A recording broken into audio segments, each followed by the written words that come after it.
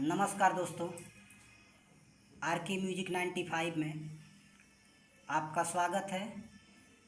आप लोग इस चैनल को अधिक से अधिक सब्सक्राइब करें और 1000 सब्सक्राइबर का टारगेट जल्द से जल्द पूरा करें, जिससे मैं आप लोगों के लिए नए नए गाने ला सकूं।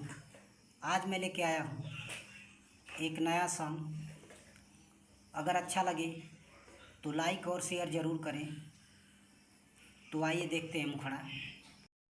हो भाई लाखों करोड़ों तोहर आशिक बा, कोई जैसन कमर क्लासिक बा।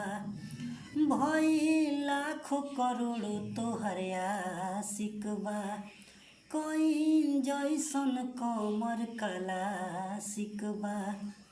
लागेलू जैसे कटरीना के बहिन, देलू फ्री स्कीम लइकन के दिनों दिन। तोहर दिल हकी रानी हवे जियो के सिम, देलू फ्री स्कीम लइकन के दिनों दिन।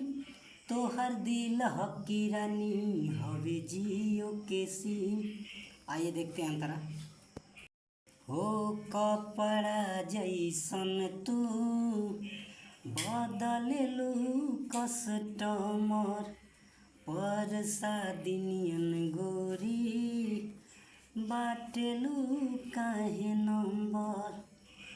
हो कपड़ा जैसन तू बदलेलू कस्टमर, हो परसादिनियन गोरी बाटेलू काहे नंबर।